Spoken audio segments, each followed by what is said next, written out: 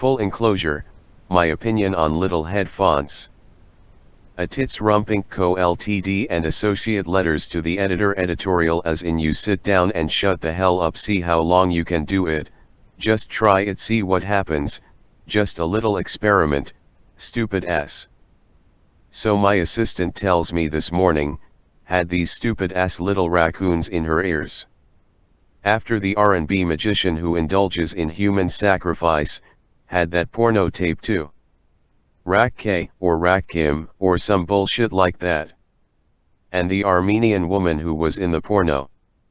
Hell, if I know why my assistant is listening to black music, it's not like it's a problem or anything. Her business is her business. It wouldn't be any different if it was iPods or Bees by Dr. Dog.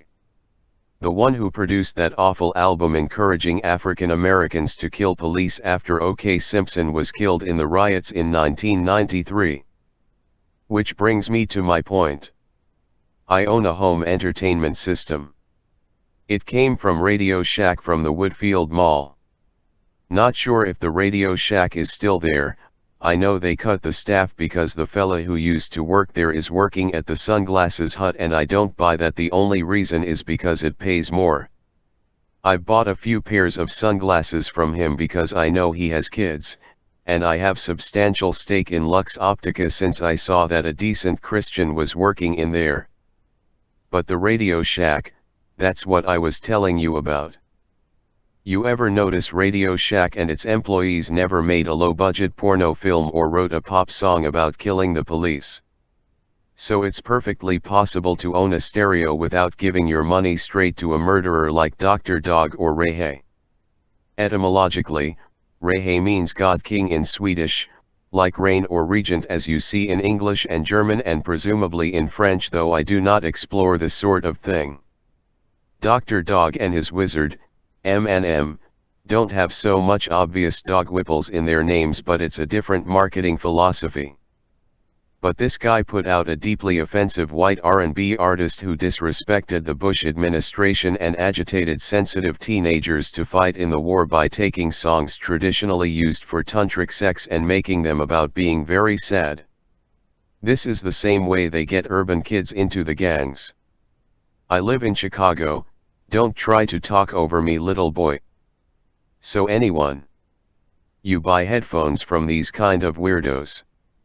That clown in front of the entrance to the Woodfield Mall advised me to buy 3 pairs of the raccoons, and said it's because he loses them all the time. On this day I had actually taken quite a few Vicodin for my medical condition, but they made me feel phenomenal, and so I busted the jester square in his jaw.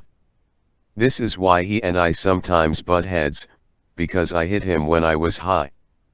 I hadn't eaten yet because Texas Roadhouse had a 45-minute wait time, and as you know, that fella who works there can spend up to 2 hours calling me a racist.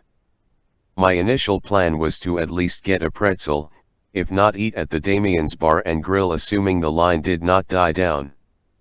But that was just where my mind was that day.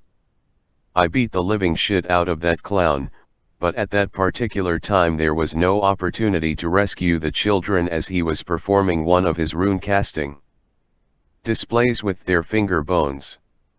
I believe this is connected to Mayday, and I'm usually not high enough to step to the jester when I go to the Woodfield Mall.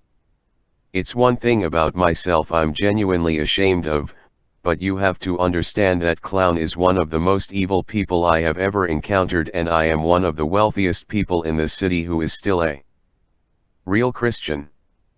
So I tell my secretary to take the stupid little earpods out of her ears and pay attention.